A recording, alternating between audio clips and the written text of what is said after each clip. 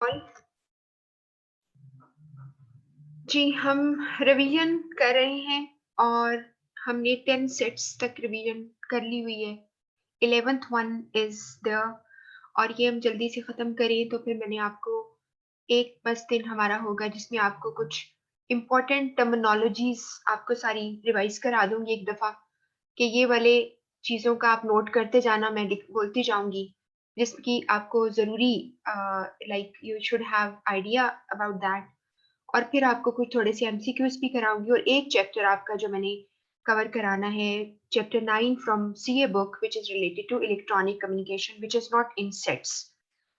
इसके अलावा आप लोग सारे चेक करके अभी मुझे एक स्टूडेंट ने मैसेज किया था कि जी सेट 15 नहीं है, लेकिन मैंने चेक किया है तो वो क्लाउड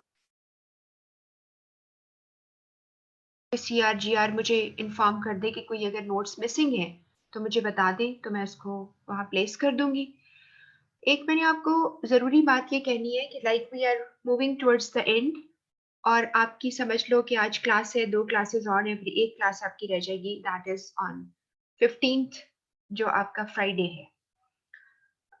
उसमें मैंने आपको ये बात अभी थोड़ी बताना ये चाह रही हूँ, वो क्या है कि इंशाल्लाह फिर अ, लाइक कभी मुलाकात हो गई ज़िंदगी में या बात हो गई तो ठीक है, कहीं इत्तेफ़ाक से इंसान मिल ही जाता है। लेकिन मैं आपको एक छोटी-सी बात ज़रूर बताना चाहूँगी कि आप लोग पढ़ाई तो हम बहुत कर लेते हैं। हमने ये वाला भी कर लिया लेवल, अगले लेवल पे भी चले गए, सब कुछ ठीक है। लेकिन इसके अलावा अपनी लाइफ़ के कुछ पढ़ाई के अलावा भी आप कुछ गोल्स सेट किया करो कि आपने क्या अचीव करना है, क्या करना है अपनी लाइफ़ में, अपने आप को कैसे ग्रूम करना है, कैसे बेहतर इंसान बनना है, कैसे हम अपनी तरफ से सोसाइटी में क्या कंट्रीब्यूट करेंगे, अपने घरवालों के लिए क्या कंट्रीब्यूट करेंगे, ये चीज़ें बहुत मैटर करती हैं।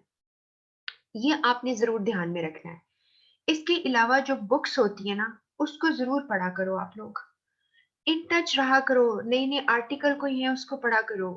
जैसे आप even I just would suggest you कि हम में से कुछ लोग जैसे एमएसएन न्यूज़ आती हैं या गूगल न्यूज़ भी आती हैं, अगर इंटरनेशनल न्यूज़ भी आती हैं, अगर वो भी आप पढ़ना शुरू कर दो, तो उससे भी आपका नॉलेज बहुत बढ़ जाता है। से somebody is talking about any particular area in the world, उसके अंदर क्या ख़ास बात है, उस खबर के अंदर ज़रूर होगा। आपकी क्यूरोसिटी होगी, आप जाके उसको चेक करोगे और उसको पढ़ना शुरू करोगे। तो कहने का मेरा ये मतलब है कि even you start from reading news, बेशक न्यूज़ सुनना शुरू कर दो, पढ़ना शुरू कर दो। सुनने की बात नहीं करी, पढ़ने की बात करी हो। उससे आपको बहुत ज़्यादा नॉलेज आहिस्ता-आहिस्ता आप गेन करना शुरू करोगे और कभी सुस्ती ना करो। If you come across a word, any terminology, उसका मीनिंग देखो। देखो वो कहाँ से आया है वर्ड, कहाँ से ओरिजिन है इसका। तो आप ये चीज़ देखें, इसके अलावा कभी आपने नोटिस किया है कि आप लोगों ने कभी ये नोटिस किया कि दुनिया जब से बनी है, कितनी हम एजेस से गुज़रे हैं, जिसमें आपको ज़्यादातर आयरन एज का नाम सुना होगा, आइस एज का नाम सुना होगा, उसके ऊपर मूवीज़ भी बहुत ज़्यादा बनी हैं। इसी तरह आपके जो हैं स्टोन एज थी, एक वो ज़माना था जब आग नहीं थी, आग से पहले लोग क्या करते थे, किस तरह खाते थे। तो ये मैं आपको बताना चाह रही हूँ कि आहिस्ता-आहिस्ता जब आप बहुत सी चीज़ों के बारे में लर्निंग करोगे, तो आपका नॉलेज बहुत बढ़ेगा और जब आप किसी से बात करने लगोगे, तो आपके पास इतना नॉलेज है कि you can impart your knowledge rather than कि चुप करके बैठे रहो। क्योंकि अगर जिसके पास नॉलेज नहीं है, थोड़ी-सी बात करके चुप हो जाएगा, वो कहेगा मैं मज़ीद क्या बात करूँ? तो ये चीज़ आपने ज़रूर रखनी है और अगर आपके अंदर आपकी ग्रूमिंग हो जाएगी ना, जब आप बेहतर होते जाओगे, आपका नॉलेज बढ़ता जाएगा, तो आप यकीन करो कि जितने सब्जेक्ट्स तुम पढ़ोगे, जितने भी तुम आगे निकलोगे, आप उतना ही ज़्यादा आपको उन चीज़ों की जल्दी समझ आएगी।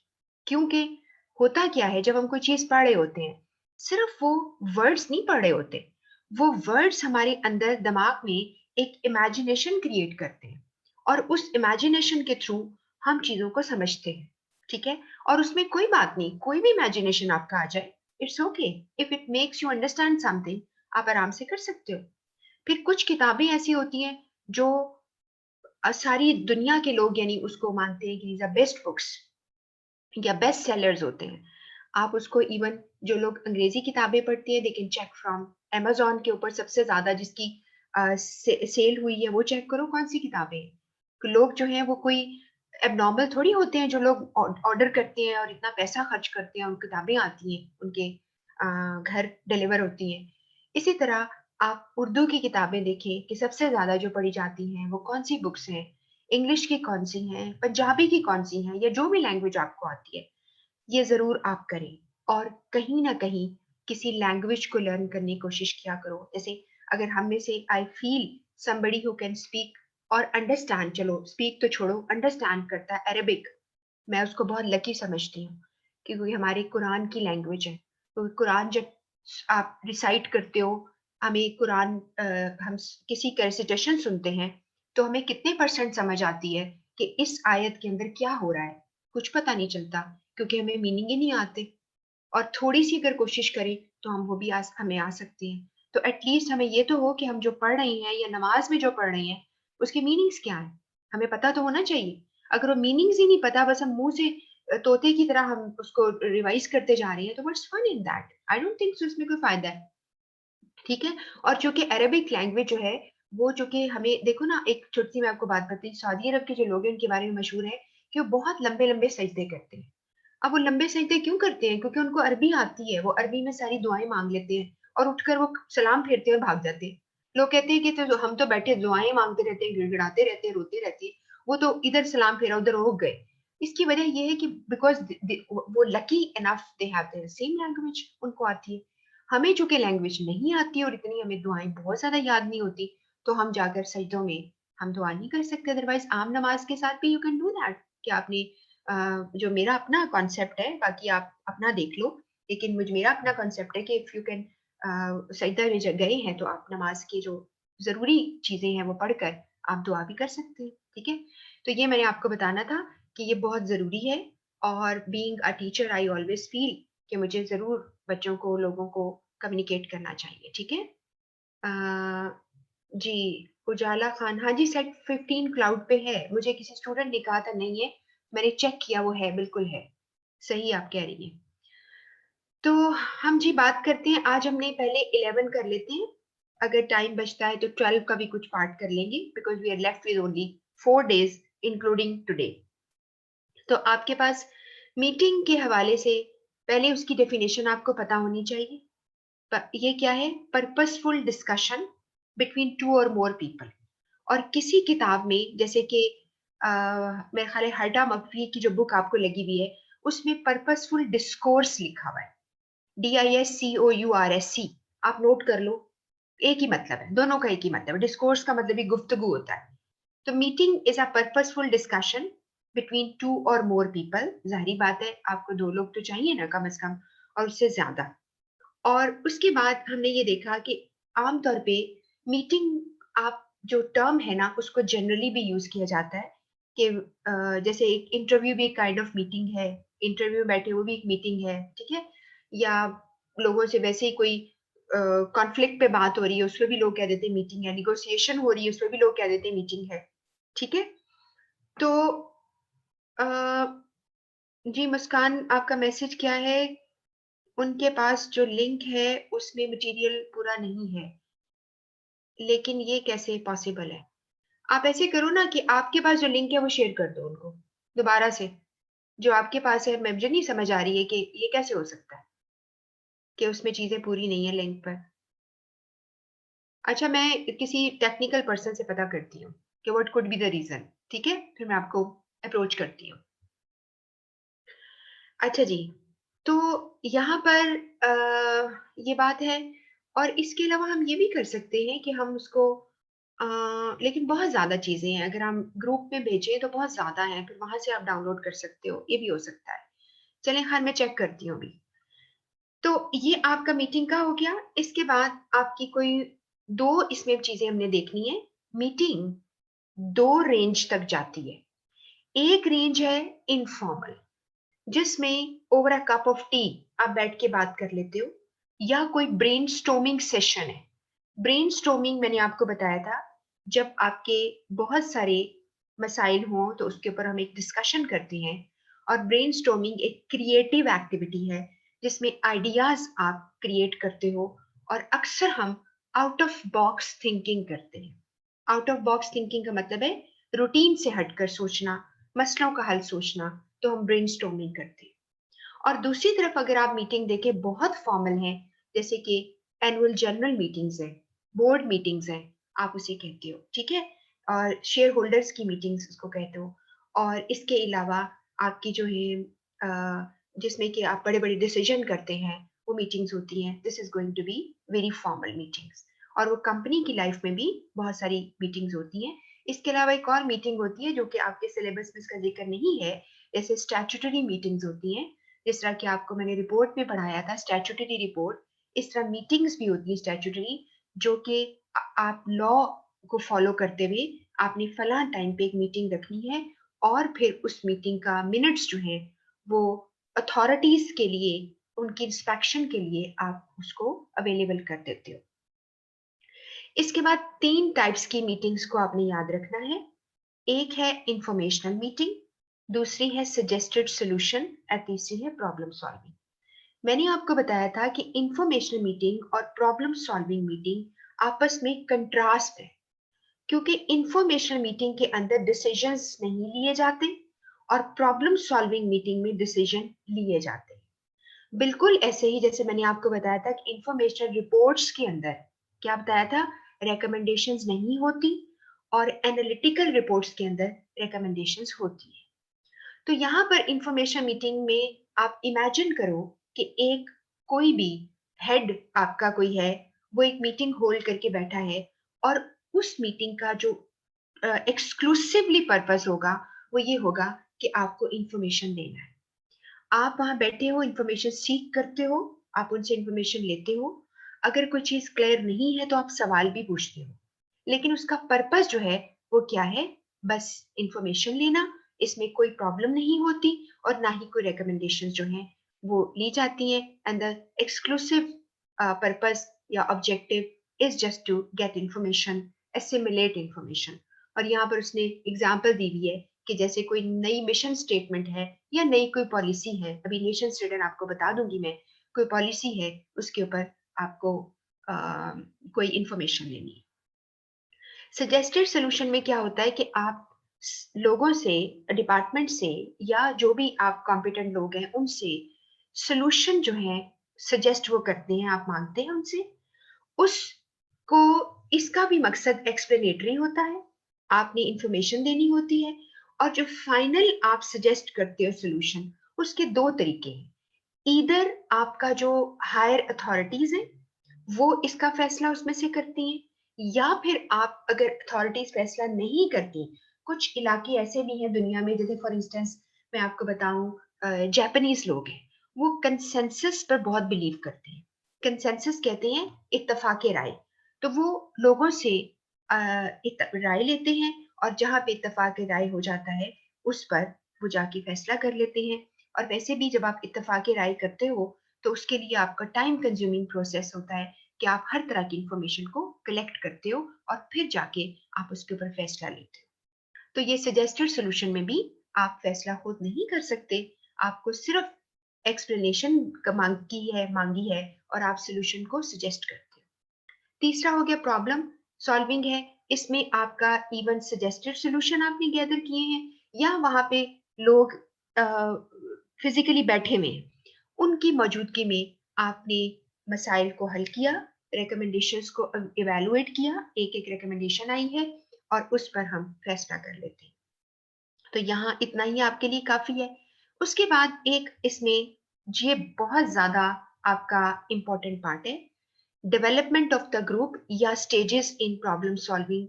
ये आपका हर्टा मर्फी की बुक में प्रोमिनेंटली पार्ट दिया हुआ है, ये जो मैं भी पढ़ने जा रही हूँ। जब भी कोई मीटिंग होती है वो इन डिफरेंट स्टेजेस से गुजरती है, या इसको फेजेस कहते हैं। पहले तो आपने इनके नाम याद कर लेने हैं।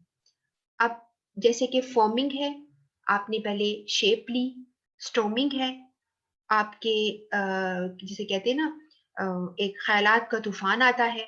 फिर नॉर्मिंग है, आप उसको एडजस्ट करना शुरू करते हो। और परफॉर्मिंग है, और एक्शन जो लेने हैं उसके ऊपर आप क्लियर हो जाते हो। बुक में एक फिफ्थ जो कि मैंने अभी ऐड किया, नोट्स में नहीं है, एक और स्टेज है एडजर्निंग। एडजर्निंग का मतलब होता है कि आपने अगले टाइम के लिए मीटिंग का स्केड्यूल अनाउंस कर दिया और मीटिंग अगले टाइम के तक के लिए जैसे पोस्टपोन हो जाती है। जैसे आप कहते हो द मीटिंग इज एडजर्न, या आप कहते हो द कोर्ट इज एडजर्न, आप इस तरह से कहते हो। ठीक है, तो ये आपके स्टेजेस के 4 नाम है, आपने याद करनी है। 5वें को एहतियातन याद कर लो कि अगर एग्जामिनर ने इसका भी जिक्र किया तो it is a part of it, ये एक्स्ट्रा नहीं है। ठीक है, तो अब हम ये सिर्फ थोड़ा सा देख लेते हैं यहाँ पर कि आप इसमें से आपको पहचान भी हो जाए कि फॉर्मिंग आपने शेप में आना, दे कम टुगेदर। ठीक है, और हर पर्सन जो है वो अपना अपनी यानी देखना चाहता है कि वो कहाँ पे है। ठीक है, और यहाँ पे इसको ये कहते हैं कि लिखा हुआ है about the AIIMS and norms of the group.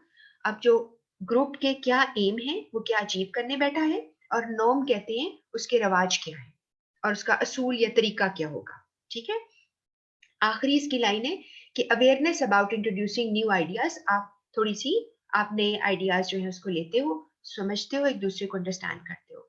Storming में क्या होता है कि ओपन आप अपने कॉन्फ्लिक्ट को डिस्कस करते हो। ठीक है, और उसमें कुछ चेंजेस लाने की कोशिश करते हैं, या आप जरा इसको ध्यान से एक दफा पढ़ लेना। और हमेशा ये होता है कि हम मोर रियलिस्टिक टारगेट्स की तरफ जाते हैं, यानी वो टारगेट जो अचीवेबल हो उसको रियलिस्टिक कहते हैं, जो ज्यादा हकीकत के ऊपर बेस करते हो। फिर नॉर्मिंग में आपने क्या किया, जब इसमें एंटर होते हैं अपने आप को एडजस्ट करते हैं, अपने बिहेवियर को एडजस्ट करते हैं, और आहिस्ता आहिस्ता वो अपनी एग्रीमेंट की तरफ आ जाते हैं। अब एक बात आप समझ लीजिए कि अगर इन स्टेजेस को फॉलो ना किया जाए और अगर आपका मकसद ही लड़ाई करना है, तो फिर तो आप इस स्टेज पे पहुंचेंगे नहीं। ठीक है, लेकिन आप सारे लोगों का कलेक्टिवली होता है कि हमने एक सोल्यूशन लेना है। जैसे बार्गेनिंग होती है कि आप सोच कर आते हैं कि कुछ ना कुछ हमने इसका हल निकालना है। और फिर आपके पास स्टेज आ जाती है परफॉर्मिंग। इसमें क्या है कि group set to work to execute task, वो अपना टास्क क्या करना है हमने। ठीक है, और इसमें कोई भी चीज जो है, अपनी ऑब्जेक्टिव जो है वो क्लियर हो जाते हैं लोगों के, और उनकी जो ग्रुप जो है वो कहते हैं ना एक पूरी फाइनल स्टेज की तरफ चला जाता है, मेच्योर होकर फाइनल हो जाता है। और फिर उसके बाद अगले टाइम की आप अनाउंसमेंट कर देते हैं कि हमारी मीटिंग जो है नेक्स्ट पे चली गई। इसके बाद एक और बहुत ज्यादा इंपॉर्टेंट है पार्ट। अच्छा, ये जो जैसे मीटिंग हो गई, रिपोर्ट हो गई, जनरल आपकी कम्युनिकेशन के जितने भी आपने पार्ट्स पढ़े हैं, लेटर्स हो गए, ये एक ऐसे कॉमन सब्जेक्ट है जो कि हर हालत में आपको आते रहेंगे। चाहे आप किसी भी, आप बीकॉम कर रहे हो, आप ये एसीएम में का कर रहे हो, सीएम में कर रहे हो, या आप सीए कर रहे हो, या आप कोई और कोर्स यही वाला यूनिवर्सिटी में पढ़ रहे हो बिजनेस कम्युनिकेशन का, तो ये बड़े कॉमन टॉपिक्स हैं, ये हर जगह आते हैं। अब हमने देखना है कि मीटिंग के डॉक्यूमेंट्स क्या हैं। पहला नोटिस इसलिए है कि सबसे पहले आपको जो चीज मिलेगी वो नोटिस होगी, लेकिन तैयारी के पॉइंट ऑफ व्यू से सबसे पहले एजेंडा तैयार किया जाता है और उसके बाद मिनट्स। अब ये पहले भी आप पढ़ चुके हो, और ये मैं सिर्फ आपकी रिवीजन हो रही है इसलिए रिवाइज करती जा रही हूँ। कुछ कुछ पॉइंट्स मैं पढ़ बिल्कुल इसमें से नहीं लूँ, वो खुद ही आप पढ़िएगा। और जिन लोगों ने ऑब्वियसली इसको रिवीजन पे किया हुआ है, क्योंकि आप लोगों का, आपको, आप सबको इस बात का पता है, मुझे भी इस चीज का अच्छी तरह अंदाजा है कि चूंकि आपका जो पैटर्न था यहाँ स्टडी का, हमारा जब से ये क्लासेस शुरू हुई हैं ऑनलाइन, वो बहुत ही हमें डिस्टर्ब करता रहा कि ऑनलाइन रहे, फिर फिजिकल का सोचते रहे, फिर फिजिकल में चले गए, फिर ऑनलाइन की तरफ दोबारा मूव करने की होने लग गई थी। इस तरह बच्चे बहुत ज्यादा स्टूडेंट डिस्टर्ब हुए हैं, मैं मानती हूँ इस बात को, लेकिन ये आपके कंट्रोल में नहीं है, किसी के कंट्रोल में नहीं है। ये बस हालात ही दुनिया भर में ऐसे हो गए, तो इसी तरह ही सिलसिला चल रहा है। तो एजेंडा जो है, a list of items to be discussed at a formal meeting, ये आपने इसको अच्छी तरह याद कर लेना। या a business to be discussed at a formal meeting, एक बिजनेस, जो बिजनेस से मुराद है पॉइंट्स, या points to be discussed at a formal meeting, आप उसको एजेंडा कहते हैं। ठीक है, और उसमें ये बात जरूरी है लिखी हुई, इसमें मैंने हाईलाइट की भी है कि एजेंडा, अच्छा ये मैंने आपको बताया था तब भी, एजेंडा एक प्लूरल टर्म है, एक यानी एक प्लूरल फॉर्म है। इसकी सिंगुलर फॉर्म एजेंडम है, हर पॉइंट को एजेंडम कहते हैं। और हर एजेंडम एक चीज बताता है क्या होगा यहाँ पर, और एजेंडम के यानी पॉइंट्स के ऑर्डर इस तरतीब से रखे जाते हैं जिस तरतीब से मीटिंग होनी है, ताकि आप टाइम वेस्ट ना करें और लोग जो आए हैं मीटिंग अटेंड करने वो ट्रैक पे रहें, ठीक है, वो डिविएट ना करें। इसी तरह एजेंडा में जिस चीज को आपने रिस्पॉन्सिबिलिटीज दी जाती है वो भी उनको पता चल जाता है, क्योंकि एजेंडा में क्लियर लिखा होता है कि फला पर्सन रिपोर्ट देगा, R&D डिपार्टमेंट अपनी नई प्रोडक्ट दिखाएगा, सेल्स वाले ये करेंगे, तो वो सारी तैयारी करके आते हैं। उनको आप अच्छी तरह यानी आप उनके जिसे कहते हैं ना as an evidence they know कि उन्होंने क्या करना है। उसके बाद है आपका जो एजेंडा है उसके ऊपर सारे ज़ाहिर है सब लोग एग्री करते हैं और इन एडवांस उसके ऊपर बात या ज़ाहिर है हो चुकी होती है। इसके बाद आपने बस ये याद रखना है layout and content of agenda, कि एजेंडा की शक्ल क्या होती है, how you make it, right it down in a formal way.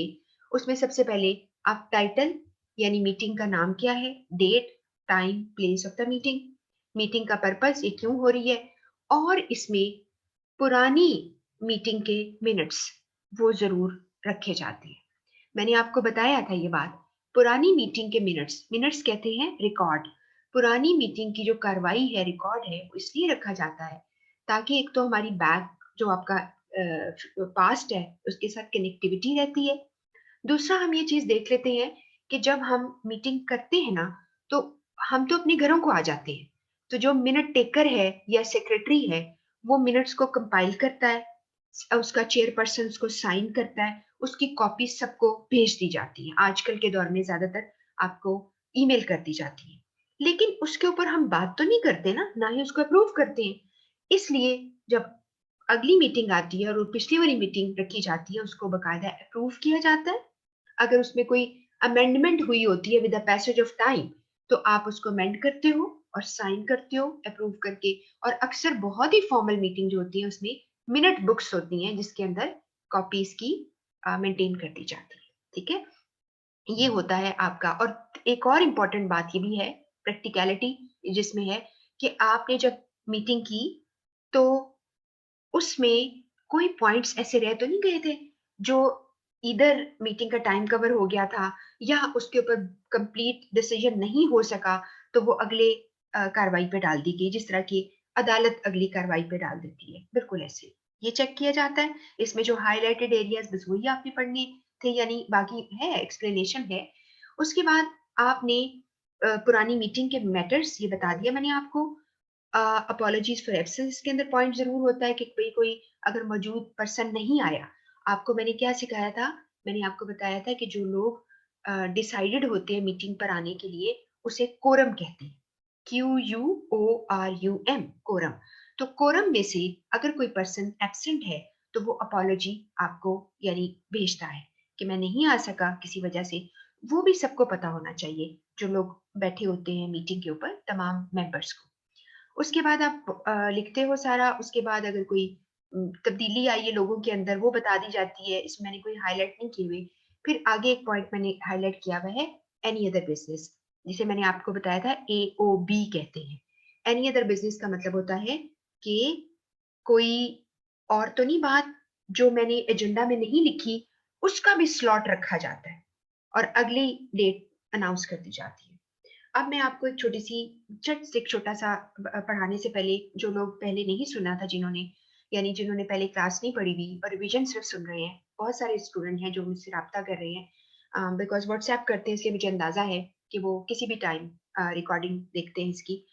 मैं आपको ये सिर्फ बताना चाह रही हूँ कि जब मीटिंग होती है उसके मिनट्स में ये एक तो आपने सबसे पहले एक चीज होती है, आप मीटिंग को कहते हैं मीटिंग कॉल टू ऑर्डर, कि आप मीटिंग को क्या करते हो, पहले आप उसको स्टार्ट करते हो, उसके बाद अटेंडेंस लेते हो लोगों की कि वो मौजूद हैं, और फिर उसमें अगर अपॉलॉजीज हो, तीसरा पॉइंट है अपॉलॉजीज देखी जाती है। और ये जो मैंने एक रिपोर्ट का PDF रखा हुआ है ना क्लाउड के ऊपर, रिपोर्ट जब खत्म हो जाती है तो उसके बाद मीटिंग का एक पार्ट है स्कैन करके मैंने वहां डाला हुआ है। वो भी मैंने आपको जब पढ़ाया था तो उसके अंदर डिटेल आपको बताई थी। तो एक आपने मीटिंग कॉल टू ऑर्डर होती है, ये बिल्कुल जो एजेंडा भी होता है ना वो आपको समझ लें कि जिस तरह मैंने समझाया था कि जैसे शादी कार्ड आता है या कोई डिनर का आपको आता है या कोई सेरेमनी का कोई आपको कार्ड आता है, तो उसमें पूरी डिटेल लिखी होती है। अब जैसे शादी का तो होता है जी, सेराबंदी इतने बजे होगी, डिपार्चर बारात इतने बजे होगा। बिल्कुल ऐसे ही यहाँ पर एजेंडा का हर पॉइंट लिखा जाता है कि मीटिंग को स्टार्ट किया जाएगा। मीटिंग जो है कॉल टू ऑर्डर उसे कहते हैं। फिर आप जी अटेंडेंस लगाएंगे, अपॉलॉजीज लेंगे, उसके बाद पुरानी मीटिंग के मिनट्स को पढ़ेंगे ताकि देखें कुछ रह तो नहीं गया। फिर आज की जो फ्रेश होता है ना, जैसे कहते हैं आज की कार्रवाई होती है, उसके ऊपर बात होती है, ठीक है, न्यू बिजनेस उसे कहते हैं। फिर ओल्ड बिजनेस चेक किया जाता है कि कहीं पिछली वाली बात तो नहीं कोई रह गई थी।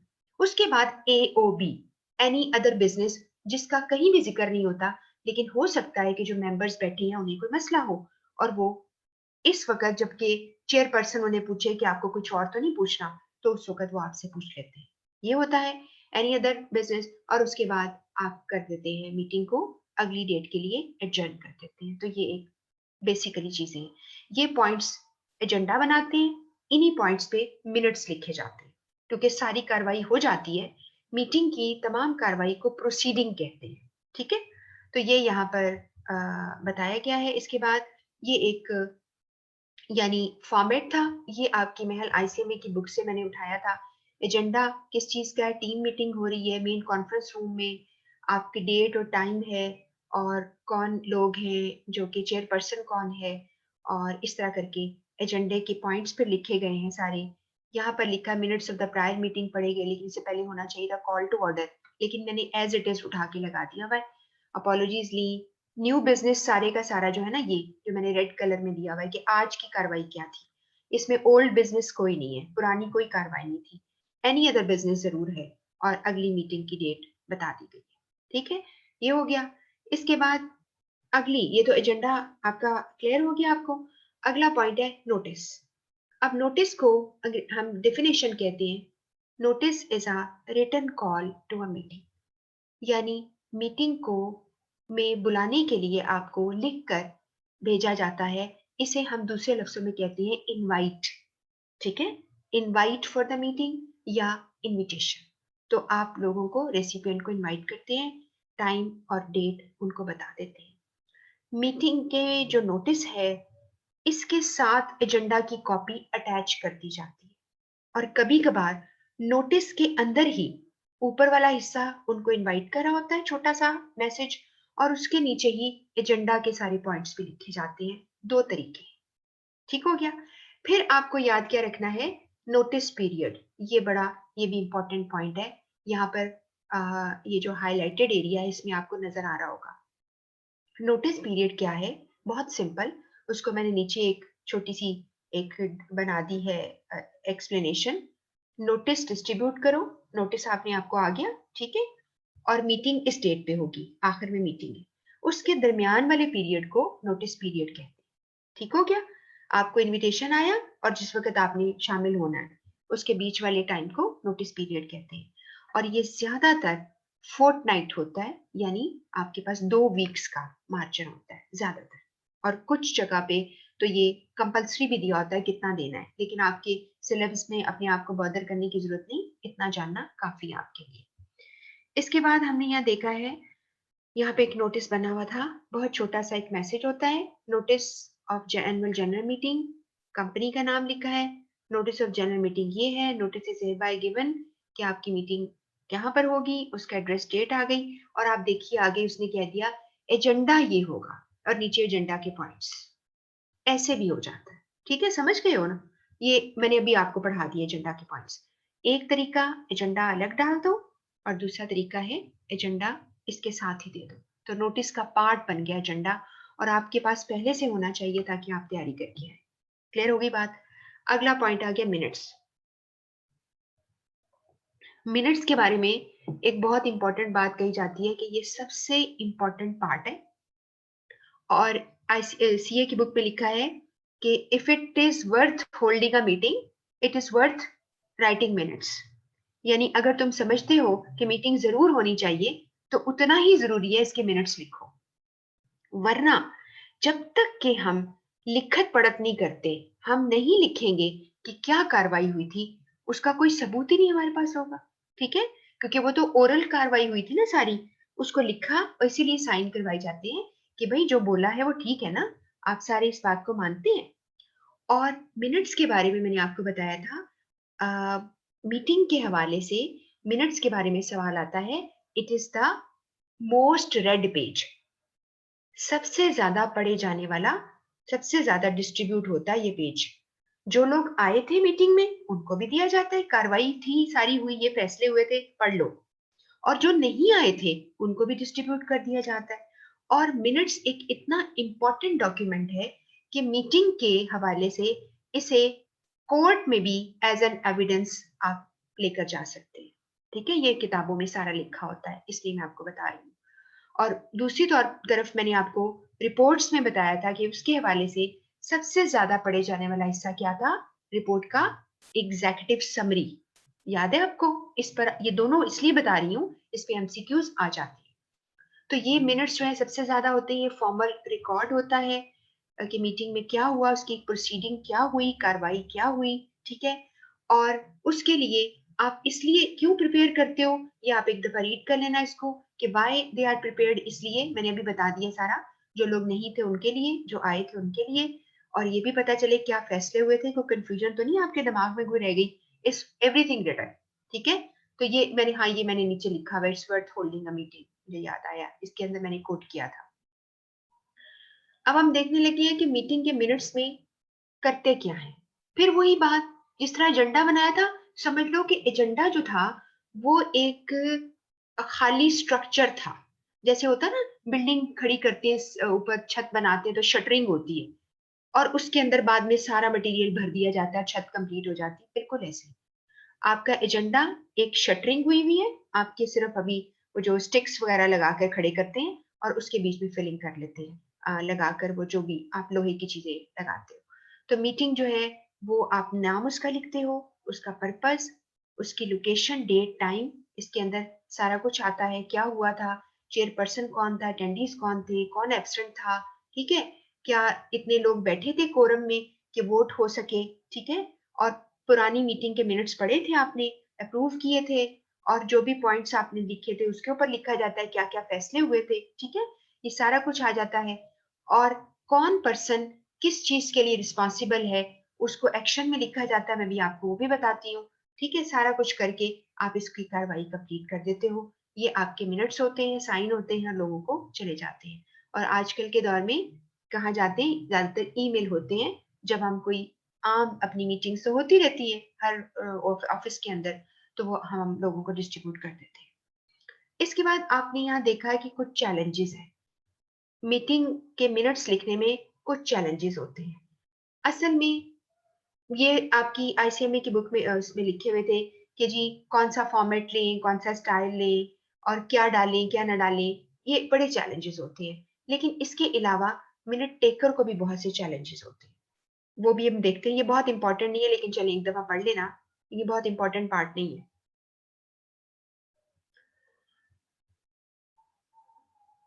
अच्छा, अब हम पढ़ रहे हैं यहाँ पर, जो जरूरी चीज पढ़नी है, मिनट टेकर कौन है। मिनट टेकर एक पर्सन है जो कि अपनी रिस्पॉन्सिबिलिटी है उसकी मिनट लेने की। अब मैं एक छोटी सी पहले आपको बात बता दूं, शायद पहले ना बताई हो। जो आपकी हर्टा मफी की बुक है उसमें उन्होंने बताया हुआ है कि एक बात तो उन्होंने ये बताई कि मीटिंग्स जो है ना वो बड़ी बदनाम है, कि वो टाइम पर नहीं होती, ठीक है। उस पर बकायदा एक बड़ा जबरदस्त लिखा हुआ है, they hold minutes but they spend hours, ये उसने मजाक से लिखा हुआ है। मिनट्स तो ये वाले मिनट्स है ना, ये वो वाले मिनट्स नहीं है जो घड़ी पे होते हैं, लेकिन कहा कि मिनट्स तो पकड़ लेते हैं लेकिन आवर्स स्पेंड करते हैं, तो मजाक से मिनट्स को डबल मीनिंग में यूज किया कि आप बहुत देर लगाते हैं डिसीजन करने में। आसानी हो रही है शायद, अभी करीब की आवाज आती है तो मैं फिर आप स्टॉप करती हूँ। तो यहाँ पर मिनट टेकर जो है, अच्छा उसमें एक ये बात थी, दूसरी बात उन्होंने लिखी भी है कि जब मीटिंग स्टार्ट होती है तो लोग खुद ब खुद ऑटोमेटिकली ना अपने रोल्स संभाल लेते हैं। कोई ऑर्गेनाइजर का रोल संभाल लेता है, कोई स्पोक्स पर्सन बन जाता है, और क्लैरिफायर बन जाता है, या उस किताब में सारा लिखा हुआ है। कोई मिनट टेकर होता है, यानी मिनट टेकर की तो खैर आप रिस्पॉन्सिबिलिटी देती है, वरना तो कोई कोई भी ना लिखे तो कैसे लिखोगे, कैसे करोगे सारा। ऑर्गेनाइजर वो होता है जो तरतीब पे रखता है लोगों को। अगर कोई पर्सन एक पॉइंट से 1.1 से लेकर 0.5 पे जंप करे तो उसको रोक लेता है। वो कहता है कि नहीं, पहले हम 0.2 करेंगे, फिर हम तरतीब से जाएंगे। फिर एक क्लैरिफायर होता है, कभी कभार कोई बात नहीं किसी की क्लियर होती तो उसको क्लियर कर देता है। एक स्पोक्स पर्सन होता है, वो अगर आप बोल रहे हैं और आपकी बात लोगों को नहीं समझ आई तो वो आपके बिहाफ पर बोलता है। जी अजान के बाद बताती हूँ।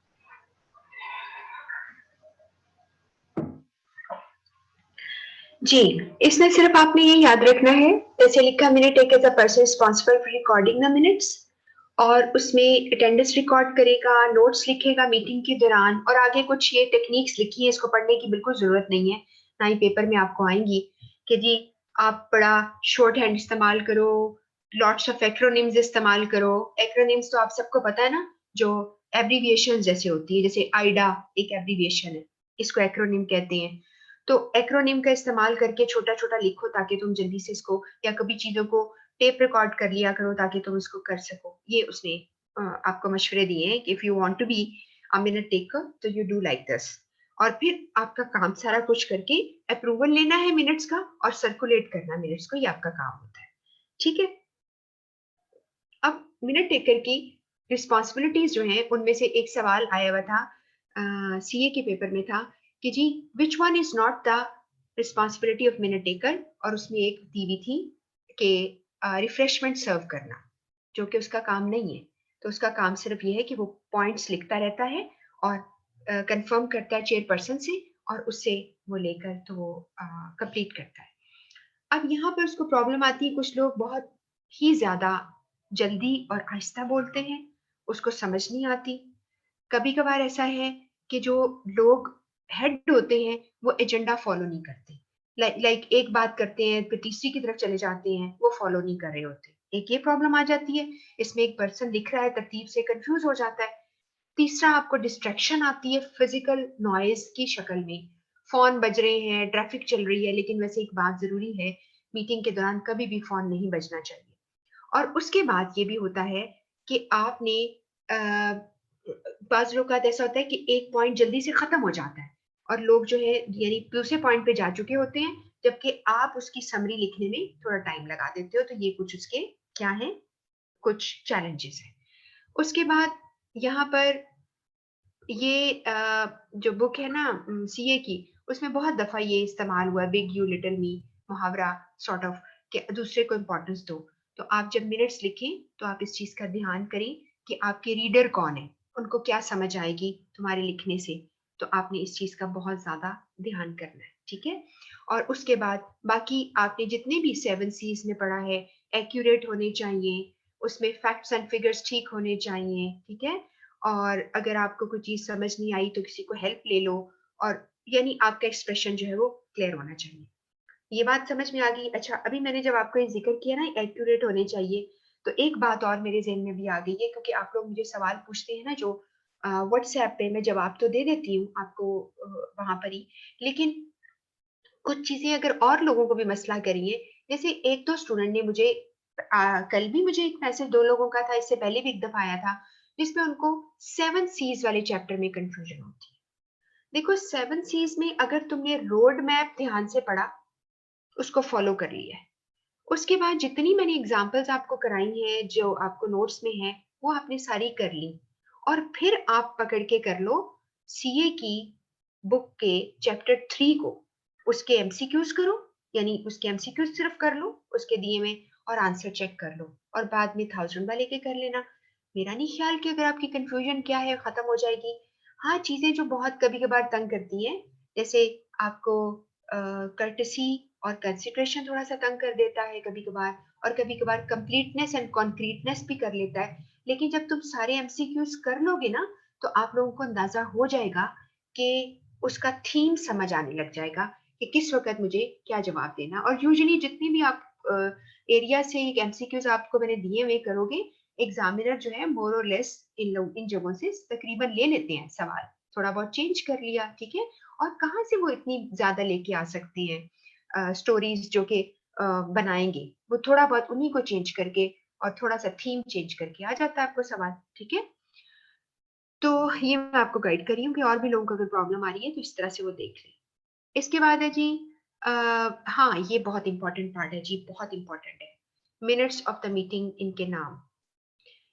अच्छा, मैंने आपको बताया था कि मीटिंग के जो मिनट्स लिखे जब जाते हैं, एक तरीका आप मुझे पहले सुन लो, फिर मैं आपको यहाँ से बताती हूँ। एक तरीका ये है कि मैं 3 कॉलम बना लूं, ठीक है। उस कॉलम में मैं पहले नंबर पे जो एक कॉलम जो मेरा लेफ्ट साइड पे हो वो बहुत चौड़ा हो, और बाकी कॉलम थोड़े छोटे हैं। उस पर मैं एक पॉइंट लिखूं कि जी एक पूरी कार्रवाई हुई, ये हुआ ये हुआ। जैसे आपको याद हो, मैंने एक स्टोरी आपको पूरी सुनाई थी मीटिंग की, कि जी हमने 6 लोग हायर करने हैं आईटी डिपार्टमेंट में, जिस पर फाइनेंस वाले ने ऑब्जेक्शन किया और ये कहा कि कोई और डिपार्टमेंट के लोग हैं जिनके सीवी में उन्होंने पढ़ा था कि आईटी का उनको नॉलेज है, उनको हम 3 को शिफ्ट कर देंगे। और फिर यूनैनिमसली फैसला ये हुआ, सब लोग कितनी बहस हुई होगी, और कंक्लूड ये किया कि जी 4 लोग हायर किए जाएंगे और 3 को शफल किया जाएगा। ये बात हुई। ये पूरी आपने उस कॉलम में शॉर्ट करके टू द पॉइंट कंसाइज करके लिख दी। उसके बाद आपने अगले पॉइंट किया, डिसीजन हुआ 4 का, आपने डिसीजन वाले पार्ट में लिख दिया अगले कॉलम में, और उससे अगला एक्शन पार्ट लिख दिया जिसमें एचआर डिपार्टमेंट ने हायर करना है लोगों को फलां डेट तक। अब आपने 3 हिस्से किए एक बात के, लोगों को हायर करना था, उस पर कितनी बहस हुई, उस पूरी बहस को शॉर्ट करके आपने लिखा, उसे हम कहेंगे नैरेटिव्स। नैरेटिव्स का मतलब है नरेट करना, बयान करना, ठीक है। जैसे कि अभी आपको मैं दिखा देती हूँ, ये नैरेटिव लिखा हुआ नजर आ गया आपको नंबर 3 पे। 3 टाइप के मिनट्स है, एक नैरेटिव है, एक रेजोल्यूशन है, और एक है एक्शन। ये बहुत इंपॉर्टेंट पार्ट है, ठीक है। एक तरीका तो ये है कि आपने 3 लाइनें लगाकर, तो एक में आपने नैरेटिव बयान किया, कहानी सुनाई, स्टोरी फेंकी उसके अंदर। सेकंड में आपने रेजोल्यूशन यानी डिसीजन बताया। रेजोल्यूशन डिसीजन एक ही बात है। आपने रेजोल्यूशन बताया, डिसीजन बताया, और एक्शन के कौन एक्शन लेगा उसका नाम दे दिया और डेडलाइन दे दी। समझ रहे ना बात को। और आपको इंटरेस्टिंग बात बताऊं, मिनट्स में जैसे जैसे जो काम करने होते हैं वो हो जाए ना, तो उसको क्रॉस कर दिया जाता है, निकाल दिया जाता है मिनट्स के अंदर से। मतलब हायरिंग हो चुकी है, आपने एड भी दे दी, लोग आ भी गए, आपने हायर भी कर लिए, इंटरव्यू भी हो गए, अब आपने वो पॉइंट निकाल देना होता है, ठीक है। समझ रहे बात को। अच्छा जी, तो अब हमने ये बात अब लिखा है कि अगर मैं चाहूं तो एक ही पेज के ऊपर मैंने तीनों को एडजस्ट कर लिया, लेकिन वो सारा पार्ट मिनट ही कहलाता है। लेकिन आप उसको सेपरेटली एक्सक्लूसिवली देखें तो एक पार्ट एक्शन मिनट्स कहलाएगा, एक पार्ट रेजोल्यूशन मिनट्स कहलाएगा और एक नैरेटिव मिनट्स कहलाएगा। ठीक है। और कुछ किताबें एक्शन मिनट्स को एक्शन आइटम्स भी कह देती हैं, रेजोल्यूशन आइटम्स भी कह देती हैं, आइटम्स का वर्ड भी लगा देती हैं, तो परेशान ना होना। ठीक है। अच्छा, अब क्या है एक्शन में कि कौन करेगा काम और किसने ये काम पूरा करना है। चूंकि वो उस हिस्से में लिखा जाता है, उस एरिया को हम एक्शन मिनट्स कह देते हैं। अब आपको मेरी बात समझ आ गई? आप याद करेंगे यहाँ पे action represent future task that are agreed and committed to commit to during the meeting. People subsequently mean बाद में कंप्लीट करते हैं और उसको फिर यानी रिमूव कर दिया जाता है, ये आगे लिखा हुआ है। ठीक है, समझ रहे? और आगे भी जो लिखा है कि कौन रिस्पॉन्सिबल है, क्लियर हो जाता है, एक्शन पूरा हो जाता है। Resolution minute are also called decision minutes. इसमें सिर्फ और सिर्फ ये लिखा जाता है डिसीजन हुआ क्या था, ठीक हो गया, क्या डिसीजन हुआ था, बस खत्म होगी बात, वो लिख दिया जाता है। और जो नेरेटिव होते हैं ना, ये एक चीज जरा फर्क देख लीजिएगा। रेजोल्यूशन में डिसीजन बताया जाता है, नेरेटिव में डिसीजन प्रोसेस बताया जाता है, डिसीजन मेकिंग प्रोसेस, कि आखिर डिसीजन कैसे वहां तक पहुंचा। पहले लोगों ने प्रपोज किया, फिर उस पर डिस्कशन हुआ, बहस हुई और फिर फैसला हुआ। समझ रहे हैं? ये सारी कहानी नैरेटिव में आ जाती है। तो 3 आपने ये पॉइंट याद करने। मेरा ख्याल है आपको ये बात मेरी अच्छी तरह समझ आ गई है। अब आपने यहाँ पर एडिशनल रीडिंग में आपको जल्दी से ये गुजार देती हूँ। सिर्फ अब आपने जो कुछ पढ़ा है, मीटिंग की टाइप्स, मिनट्स की टाइप्स, मीटिंग के documents 3, notice, agenda and minutes क्या होते हैं, मिनट टेकर, और फिर मैंने आपको ये अब मिनट्स की शायद टाइप्स मैंने पहले ही कह दिया। ठीक है। और आप मीटिंग की टाइप, मिनट्स की टाइप्स और कौन से वाले आपके वो हैं, और फिर मैंने आपको कॉरेस्पॉन्डेंस का किस तरह करते हैं आप, यानी कौन सी होती है, एविडेंसेस क्या है वहां पर रिटर्न फॉर्म में, वो आपने देखे 3 होते हैं, 3 तरह के। और सबसे ज्यादा जो एविडेंस है वो तो आपको मिनट से मिलता है। फिर एक चीज मैंने और बताई कि लोग डिफरेंट रोल प्ले करते हैं, वो आपने देखा। और स्टेजेस नहीं भूलना आपने, जो आपने शुरू में पढ़ी है। ठीक हो गया, ये आपका मिनट्स का एरिया कवर हो गया। एडिशनल रीडिंग में ये सब कुछ आईसीएमए की नोट्स की तरह की बुक है, उसके अंदर दिया है। ये अब आपके पास मेरा नहीं ख्याल पढ़ने का इतना टाइम है, वो तो जरूर पढ़ लीजिए कि बड़ी बड़ी ऑर्गेनाइजेशन मीटिंग रखती हैं, उसके मेजर ऑफिसर कौन कौन, president, vice president, recording secretary जो सारा रिकॉर्ड करता है, कॉरेस्पॉन्डिंग सेक्रेटरी जो कॉरेस्पॉन्डेंस को देखता है, खताबत को देखता है, ट्रेजरर होते हैं। मीटिंग्स इनफॉर्मल भी होती हैं, फॉर्मल भी होती हैं। उसमें इंफॉर्मेशन मीटिंग मैं आपको पहले बता चुकी हूँ, सजेस्टेड मीटिंग भी मैंने बता दिया है। अगर आप चाहो तो एक दफा पढ़ लो, लेकिन मेरा नहीं ख्याल कि ये कोई इतना इम्पोर्टेंट है आपको इसको देखना, बट स्टिल जिन लोगों ने पहले पढ़ लिया वो काफी होगा। ये मीटिंग तीनों दोबारा कह दी है।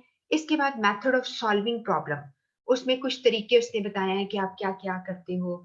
इंट्यूशन, रैशनलाइजेशन, रिफ्लेक्टिव थिंकिंग करते हैं, ये है।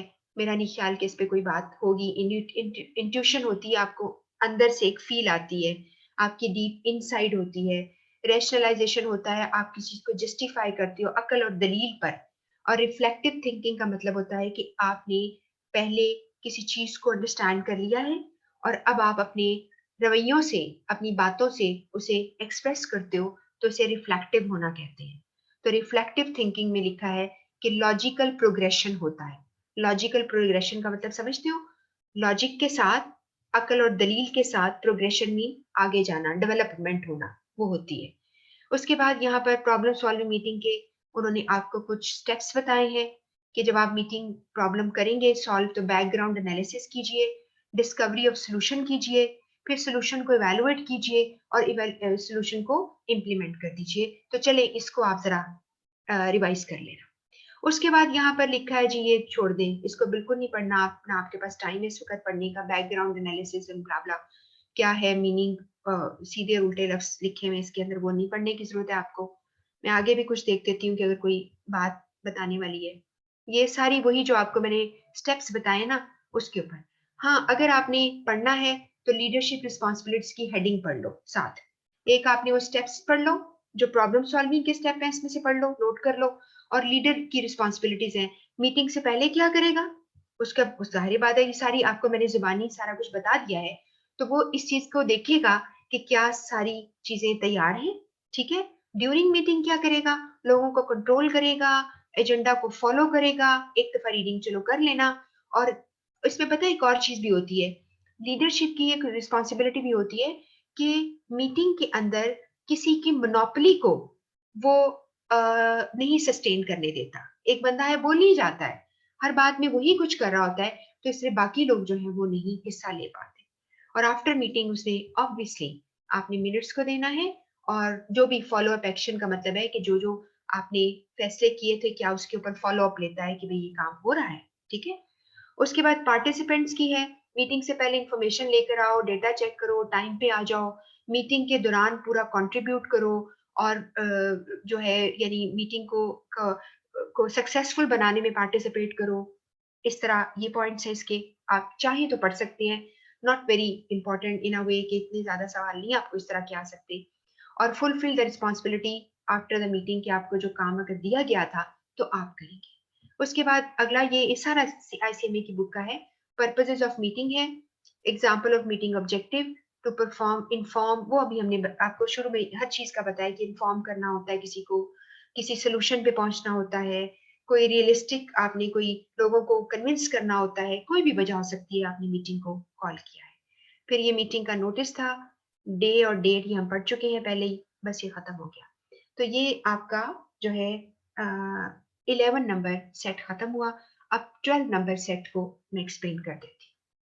सांस ले लें लंबे लंबे, कि आप कहेंगे भी सांप भी ले लें, ताकि हम जरा जो है कर सके इसको भी।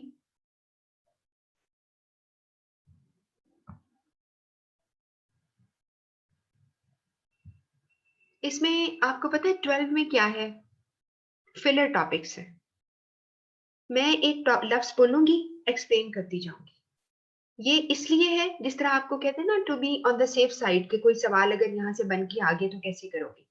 तो ये मैं आपको सिर्फ कुछ टॉपिक्स बताती जाऊंगी और एक्सप्लेन करती जाऊंगी। पहला है पैरा लैंग्वेज, बहुत दफा बताया। Para language mean about language, these are actually the non verbal aspects of only your voice. आपकी बॉडी के नहीं, इसको मिक्स मत कीजिएगा। आपकी अगर हाथ हिला रहे हो तो ये पैरा लैंग्वेज नहीं है। आप बोल रहे हैं, आपकी आवाज की पिच ऊंची हो गई है, आपका वॉल्यूम ऊंचा हो गया है, आप अटक रहे हो, ठीक है, आप शाउट कर रहे हो, आप लफ्जों को चबा के स्ट्रेस देकर बोल रहे हो, तो क्या है ये, दिस इज पैरा लैंग्वेज। आप समझ गए बात को, आपकी टोन, आपकी स्पीड, सारी वेरिएशन जो आएगी, ये non verbal part of your voice, communication voice, it's not your body, ठीक है। इसके बाद कम्युनिकेशन मीडिया, इसका वैसे यहाँ पे जिक्र वो नहीं है, इसमें सिर्फ हमने ये पढ़ा है कि टेलीफोन कब यूज करना चाहिए, टेलीकॉन्फ्रेंस कब यूज होती है, फैक्स कब यूज होती है। टेलीफोन आपको पता है कि जब पर्सन, वैसे यहाँ पे तो ये लिखा है कि इनफॉर्मल फॉर्मल चीजों के लिए होती है, ये सीए की बुक से है। लेकिन आपको ये पता है कि टेलीफोन का इस्तेमाल तब आता है जब आपको क्विक फीडबैक चाहिए, आपको इंटरेक्शन चाहिए, यानी उस बंदे से बात करनी है जरूरी, और पर्सन जो है वो अवेलेबल नहीं है, वो ज्योग्राफिकल लोकेशन का फर्क है, वो अवेलेबल नहीं है, तो आप उसको कॉल कर लेते हैं। समझ रहे बात को। टेलीकॉन्फ्रेंस का क्या मतलब है, जो आजकल टेलीकॉन्फ्रेंस की जगह पे हम वीडियो कॉन्फ्रेंस कहते हैं। टेलीकॉन्फ्रेंस जो है टेलीफोन कॉल जैसे, जैसे आपकी कॉन्फ्रेंस कॉल होती है, आप बहुत से लोगों को इन्वॉल्व करना चाहते हो, और आप रिमोट लोकेशंस पे लोग हैं, आप उनको कम्युनिकेट करते हो दूर बैठकर। फैक्स मैंने आपको बताया था, शायद ये नहीं आना चाहिए वैसे आपके पेपर में। फैक्स एक पहले एक मशीन होती थी, जो बाद में कंप्यूटराइज उसको इंटरनेट से भी कनेक्ट कर दिया गया। लेकिन ये मशीन क्या है, टेलीफोन लाइंस पे लगी होती थी, जिस पर आप एक पेज रखते थे, वो इसको रीड करके टेलीफोन लाइंस पर कन्वर्ट करके, और दोबारा से वो पेज के ऊपर उसका प्रिंट आउट आ जाता था। अब ये नहीं इस्तेमाल होती, क्योंकि लिखा हुआ है कि सुपरसीडेड, यानी वो दबा दी गई है, ईमेल अटैचमेंट हम इसको भेज देते हैं। लेटर कहाँ भेजना जरूरी होता है, जब आपको ज्यादातर एक्सटर्नल यूज के लिए आता है, एक्सटर्नल टू ऑर्गेनाइजेशन, और फॉर्मल होता है बहुत ज्यादा, और इसमें ऑडिट ट्रेल या प्रूफ चाहिए, तो आप लेटर लिखते हो। एडवर्टाइजमेंट होती है जब आप लोगों को कन्विंस करना चाहते हो किसी भी अपनी प्रोडक्ट के ऊपर। वीडियो कॉन्फ्रेंस आप करते हो जब आपको तस्वीर और प्रेजेंस और मीटिंग सॉर्ट ऑफ आपकी कह ली होती है, और इंटरनल मीटिंग के लिए भी यूज होता है, एक्सटर्नल के लिए भी हो सकता है। उसके बाद है ड्राइंग ग्राफ एंड चार्ट। इस पे बात करने की जरूरत ही कोई नहीं है जब आप इसको सपोर्ट के तौर पे यूज करते हो। फेस टू फेस है, ये तब चाहिए जब आपने कोई डिस्कशन फॉरन करना हो, ठीक है। यहाँ पर उन्हीं का एम्प्लॉय अप्रेजल लेना है, यानी किसी किसी के साथ उसका इवेल्युएशन लेनी है, तो आपको जरूरी होता है फेस टू फेस बात कर लेना। मेमोरेंडा बहुत दफा आपने पढ़ लिया। मेमोरेंडम इसे कहते हैं सिंगुलर, जो इंटरनल ऑफिस कम्युनिकेशन के लिए होता है, ठीक है, ये बाहर नहीं लिखा जाता। जो मेमोरेंडा एक और चीज है, वो आप कोई कॉन्ट्रैक्ट साइन किया बाहर लोगों ने, उसके ऊपर साइन कर देते हैं कि मेमोरेंडम ऑफ अंडरस्टैंडिंग हो गया, या कोई रिकॉर्ड रखा है आपने, तो उसे मेमोरी के लिए रख देते हैं। ये कहीं अगर लफ्ज आ भी जाए तो ध्यान में रखिएगा, मेमोरेंडम मेमोरी के लिए भी एक डॉक्यूमेंट साइन हो जाता है। फाइनेंशियल डॉक्यूमेंट सारे वो होते हैं जिसमें सारे आपकी वाउचर, आपकी रिसीट्स, इनवॉइसेस, जिसमें कि पैसे से मुतालिक सारी होती है। ईमेल जो होती है, ये मैं आपको डिटेल में पढ़ाऊंगी, इंशाल्लाह बताऊंगी, रिवाइज कराऊंगी कि ईमेल जो है वो बहुत ज्यादा इस्तेमाल में आजकल आ रही है जब लोग नहीं मौजूद आपके सामने। और वैसे भी ईमेल का फायदा है कि जब कोई कन्वीनियंस में अब फारिग होगा, वो ईमेल पढ़ सकता है। इसके बाद यहाँ पे इम्प्रूविंग कम्युनिकेशन ऑर्गेनाइजेशन में, बस ये अब इस वक्त नहीं है इसके ऊपर बात करने का इतना टाइम, बस ये इतना बहुत इंपॉर्टेंट भी नहीं है। बस इतना है कि आप अपनी इम्प्रूवमेंट कैसे करेंगे। जो लोग अच्छी कम्युनिकेशन करते हैं उनको आप अप्रिशिएट करें, ट्रेनिंग दें लोगों को, ठीक है, मिसअंडरस्टैंडिंग को मिनिमाइज करें। सारी जो गाइडलाइंस होती हैं वो अपने मैनुअल्स के अंदर, पॉलिसीज के अंदर दिया दे। टेक्नोलॉजी आपकी एडवांस होनी चाहिए ताकि लोगों को कंफ्यूजन ना हो, और लोगों को भी आप ट्रेनिंग करके अपडेटेड रखें ताकि वो इस्तेमाल कर सकें। और कॉन्फ्लिक्ट और पॉलिटिक्स को मैनेज करें, कम्युनिकेशन चैनल्स को स्ट्रेंथन करें ताकि लोग डायरेक्ट कम्युनिकेट कर सकें आपसे। इसके बाद एक चीज आपने याद ये रखनी है, ऑर्गेनाइजेशन के बारे में कहा जाता है ये इंफॉर्मेशन प्रोसेसिंग सिस्टम्स है। इस पूरे पैराग्राफ में ये लिखा है कि इंफॉर्मेशन कहीं से आती है मसलन, या जनरेट आप करते हो, उस पर पूरा डिस्कशन बात होती है, और प्रोसेसिंग पूरी उसकी होती है, और उसके बाद फाइनल जो उसकी शक्ल आती है वो लोगों को दे दी जाती है। मिसाल के तौर पर किसी को इंस्ट्रक्शंस देनी है, कोई पॉलिसी बनानी है, किसी को स्ट्रेटजीज बतानी है, बाहर कहीं मार्केटिंग करनी है आपने, तो इस तरह से वो पूरा काम कर लिया जाता है। इससे हम अपने सिस्टम को कंट्रोल करके रखते हैं। इसके बाद आपने दो सिस्टम कम्युनिकेशन के, टू की सिस्टम थे, एक इंटरनल एक्सटर्नल, इस पे भी बात नहीं हम करते। सिर्फ ये हो सकता है कि कोई आपको एग्जाम्पल दे और कहे कि ये इंटरनल कम्युनिकेशन है कि एक्सटर्नल है, ठीक है। अब जैसे मेमोरेंडम है, आप कहेंगे इंटरनल, स्टाफ मीटिंग है इंटरनल। अगर आप एक्सटर्नल बात करेंगे तो आप न्यूज़पेपर है, टीवी है, ठीक है, इंटरनेट है, ये सब एक्सटर्नल है। इसके बाद ऑर्गेनाइजेशन एंड स्टेक होल्डर, ये आपको मैंने बहुत डिटेल में समझाया था, ये टर्म आपको आनी चाहिए। स्टेक होल्डर, पहले हम सिर्फ लफ्ज यूज किया करते थे शेयर होल्डर। शेयर होल्डर कौन लोग हैं? जिनका पैसा लगा होता है। स्टेक होल्डर एक जनरल टर्म है, इसका मतलब ये है कि जो ऑर्गेनाइजेशंस हैं, कंपनियां हैं, उसमें हर पर्सन जिसका कुछ ना कुछ इंटरेस्ट जुड़ा है उस ऑर्गेनाइजेशन के साथ, वो स्टेक होल्डर कहलाते हैं। चाहे आप एक बड़े बॉस हैं या आप एक गेट कीपर हैं, आपकी रोजी, आपका खाना जुड़ा हुआ है, आप कंपनी को तरक्की करता देखना चाहते हो, आप उसके स्टेक होल्डर हो। अगर कुछ हो गया कंपनी को तो आप भी इफेक्ट हो जाएंगे, ये हमने आपको बताया था। फिर हमने स्टेक होल्डर का कॉन्सेप्ट सीए की बुक में बहुत डिटेल में है, और ये बताया था आपको कि जिन लोगों ने पैसे लगाए हैं, शेयर होल्डर है, जिसे हम डायरेक्टर्स कहते हैं, उनके पैसे लगे हुए हैं, वो भी स्टेक होल्डर हैं। इस तरह यहां तक हमने कहा था आपको गवर्नमेंट वो स्टेक होल्डर है, गवर्नमेंट एजेंसी स्टेक होल्डर है। क्यों? क्योंकि आप क्या करते हो, आप टैक्स देते हो, आप कंट्री के इंफ्रास्ट्रक्चर में हेल्प आउट करते हो, यानी जिस मुल्क में ज़्यादा इंडस्ट्री होगी, उस मुल्क के लोग खुशहाल होंगे। तो गवर्नमेंट इस तरह से भी आपके ऊपर डिपेंड करती है कि आपने कितने लोगों को नौकरियाँ दी हुई हैं। फिर इर्द-गिर्द की फ़ज़ा, माहौल, वो आपसे बिल्कुल फ़ायदा उठाता है, ठीक है? और आपसे नुकसान में भी आ सकता है। मसलन इवन हवा, पानी नुकसान में आ सकता है। कंपनी सिर्फ अपनी लोगों की ऑपरेशन होते हैं जो फैक्ट्रियाँ, उनमें अ, हवा को पोल्यूट कर देते हैं, पानी में पॉल्यूशन आ जाती है, तो क्या कर रहे हो आप? आपने फ़ज़ा को स्टेक पे लगा दिया है ना? फ़ज़ा की जो प्योरिटी थी वो स्टेक पे लगी हुई थी।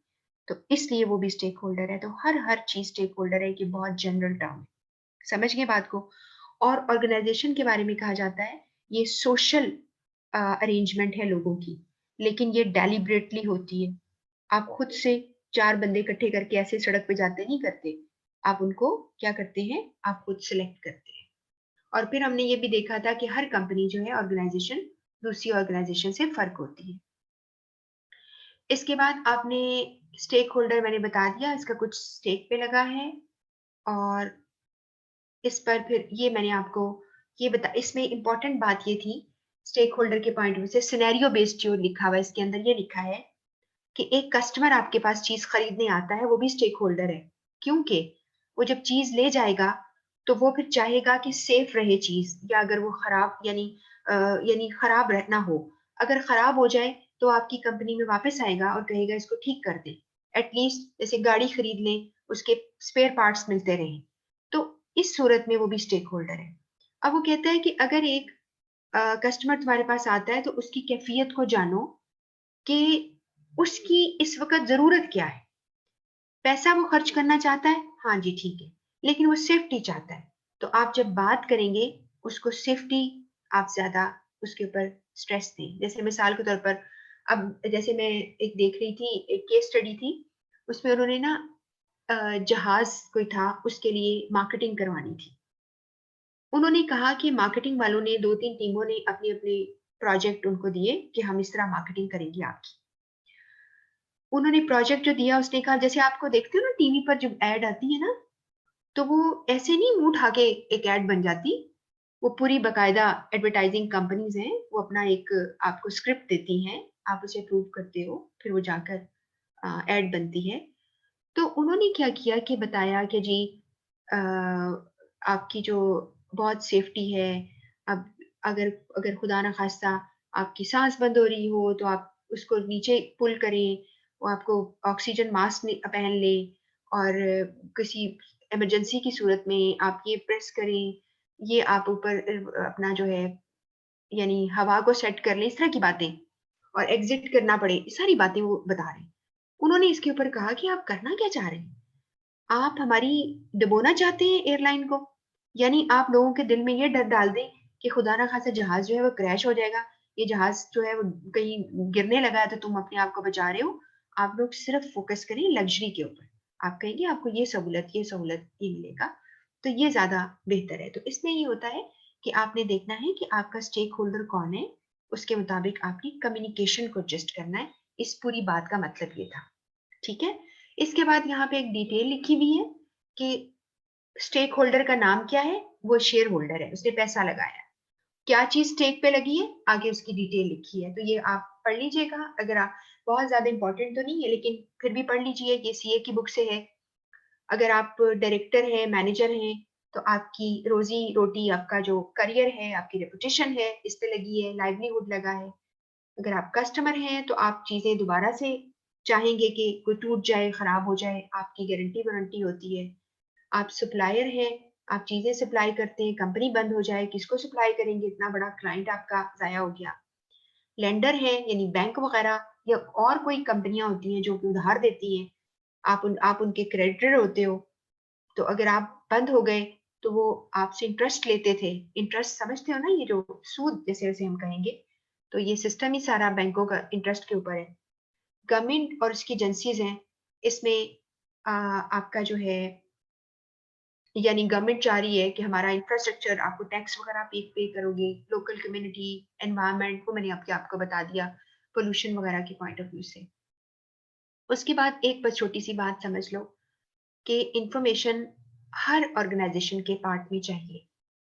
फाइनेंस वालों को चाहिए ताकि पता चले पैसा कहाँ लगाना है, और उनको पता चले कि इन्वेस्टमेंट कहाँ करनी है इस वक्त, किस जगह पर, क्या इंसान और हायर हो या मशीनें ज्यादा ली जाए। फिर वो देखते हैं, इसलिए आपको इन्फॉर्मेशन चाहिए कि आपके कंपेटिटर्स क्या कर रहे हैं, वो क्या चीज मार्केट में दे रहे हैं, कितनी क्वालिटी पर दे रही है, ठीक है। और फिर मैंने आपको जब मिशन और ऑब्जेक्टिव की बात की थी कि हर ऑर्गेनाइजेशन का एक मिशन होता है, वो एक लीडिंग ब्रांड बनना चाहती है ऑर्गेनाइजेशन, और उसके छोटे छोटे उसके लिए गोल सेट करती है, ऑब्जेक्टिव सेट करती है, और फिर उन ऑब्जेक्टिव्स को आहिस्ता आहिस्ता वो पा लेती है, ठीक है। तो यहाँ पर मैंने आईसीएमए का एक मिशन स्टेटमेंट लिखी हुई है, और इसी तरह एक एमिरेट्स एयरलाइन की स्टेटमेंट लिखी हुई है कि हम दुनिया की बेस्ट फ्लाइट का एक्सपीरियंस आपको देंगे, ठीक है। ऑक्सफोर्ड यूनिवर्सिटी की मैंने लिखी हुई थी। ये बस आपको मैंने बता दिया है। उसके बाद फिर ये बताया था कि आपको कम्युनिकेशन इसलिए चाहिए कि पहले आप पॉलिसी प्रोसीजर बताएं, उसके बाद सब्सीक्वेंट कम्युनिकेशन भी चाहिए। सब्सीक्वेंट मीन बाद में आने वाली कम्युनिकेशन, जो और एक्सप्लेन करेगी उनको, ठीक है। एक्सप्लेनेशन होगी कि आप, एक तो आपने पॉलिसी वगैरह बता दी, लोग अपने चले गए, टीम काम करना शुरू हो गई, अब टीम का हेड आपको मजीद बताएगा, उसे आप सब्सीक्वेंट कम्युनिकेशन कहते हैं, ठीक हो गया।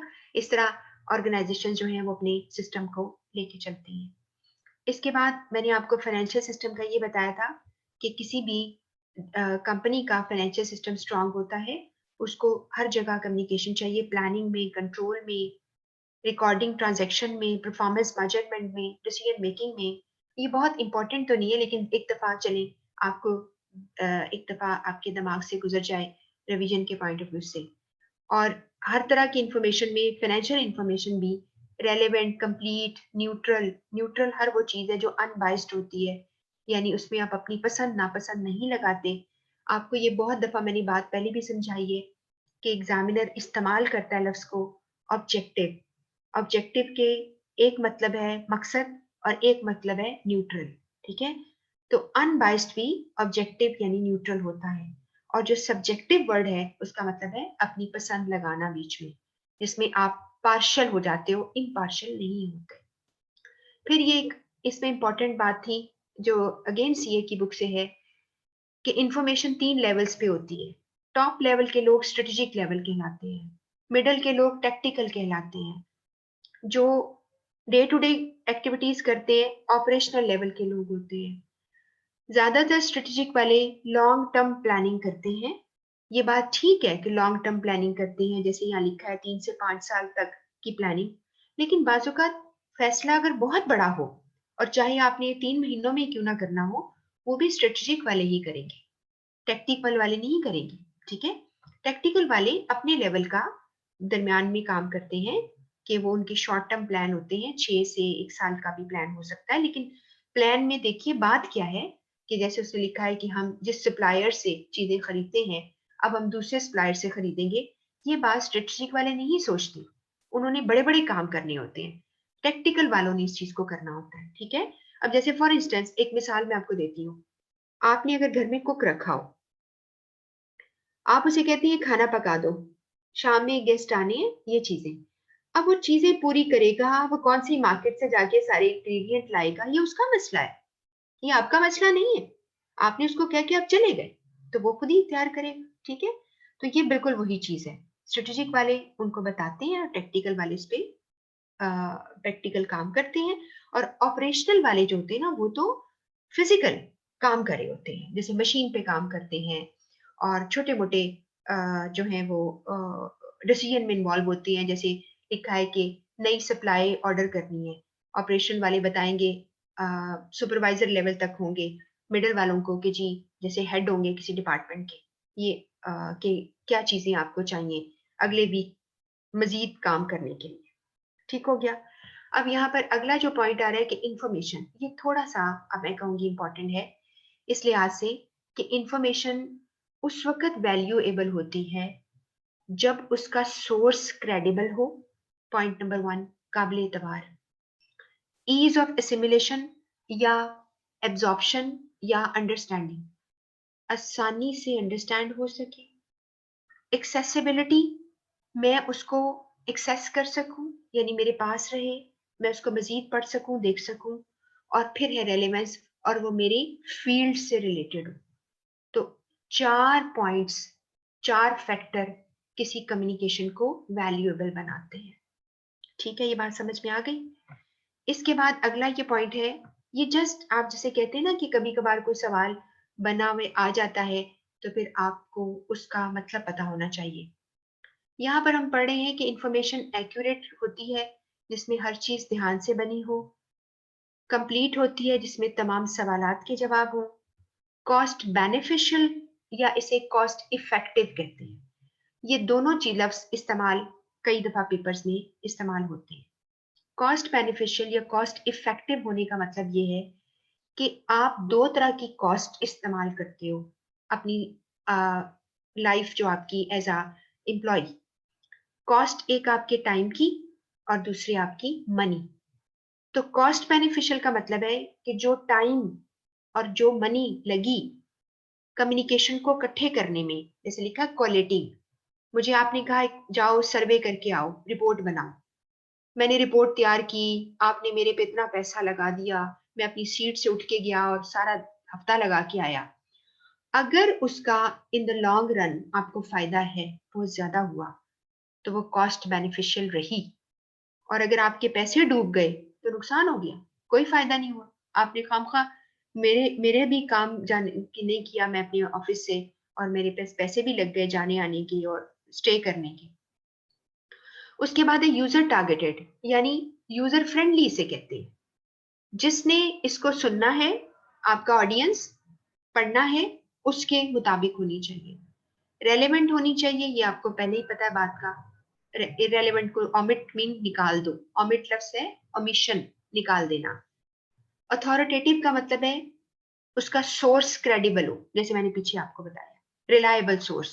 अथॉरिटी और सोर्स के अंदर कहाँ से बात आई है। अगर बॉस आके सामने आपको कह देता है कि जी आज हम 4 बजे सब घर से चले जाएंगे क्योंकि हमें प्रेमिसेस खाली करना है, इसमें कोई काम कराना है, तो क्या किसी और से पूछोगे तुम कि वाकई जाना है आज?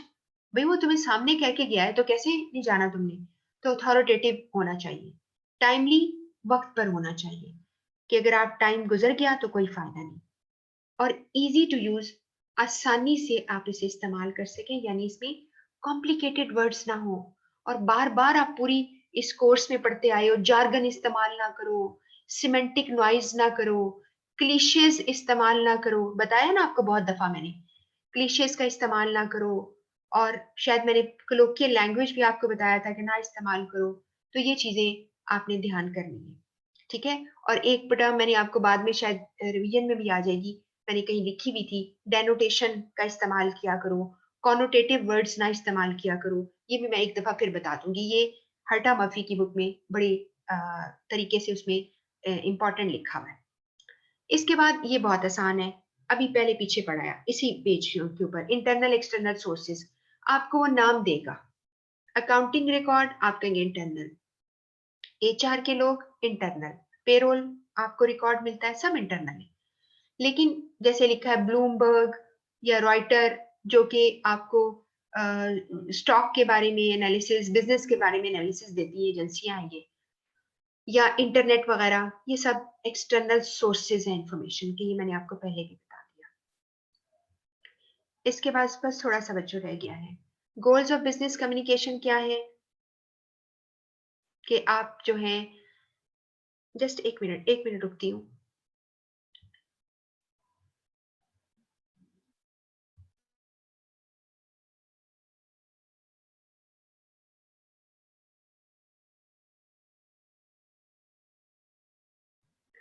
जी, इफेक्टिव कम्युनिकेशन में लिखा है कि आपकी गाइडलाइंस क्लियर हो, जिसके लिए लिखी है उसको पता चले, कोऑर्डिनेशन करें, लोग पूरे कोऑर्डिनेट करके काम कर सकते हो, कोई सीक्रेसी मिसअंडरस्टैंडिंग ना हो, ठीक है।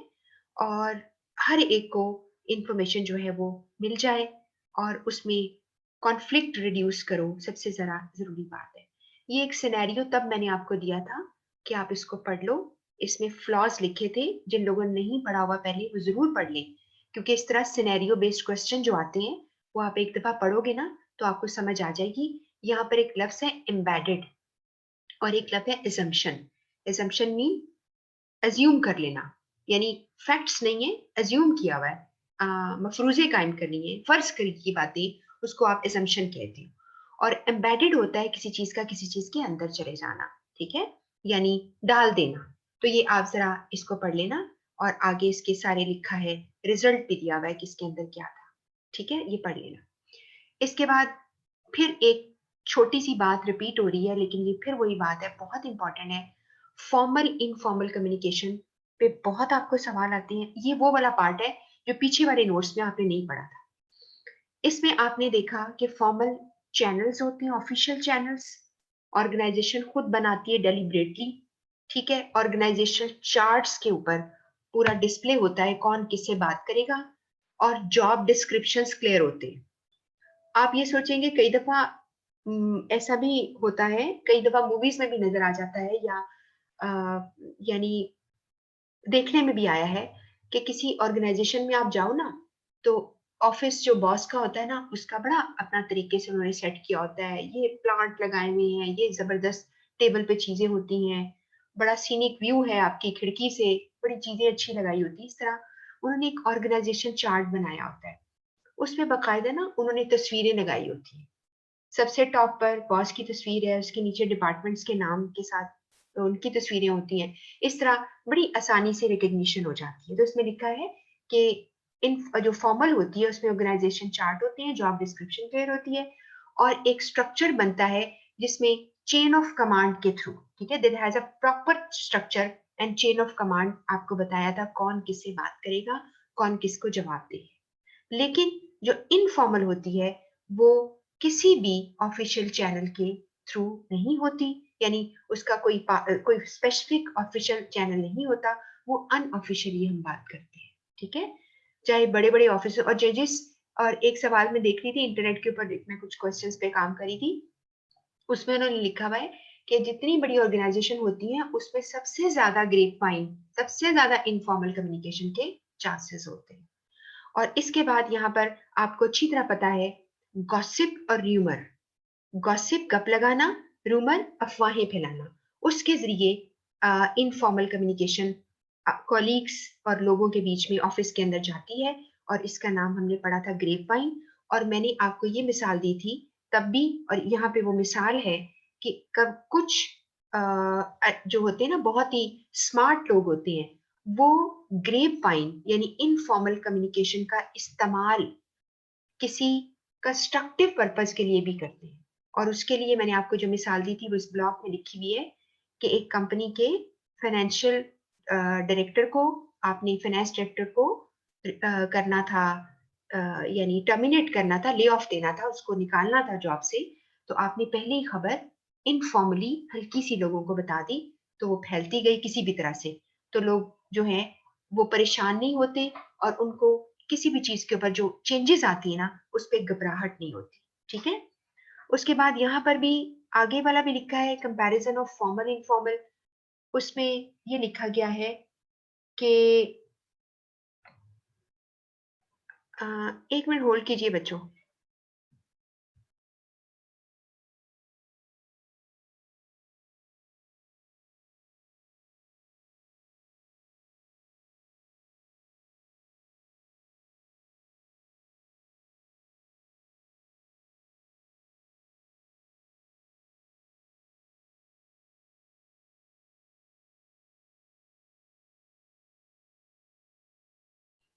जी, ये कुछ पॉइंट्स यहाँ इंपॉर्टेंट है।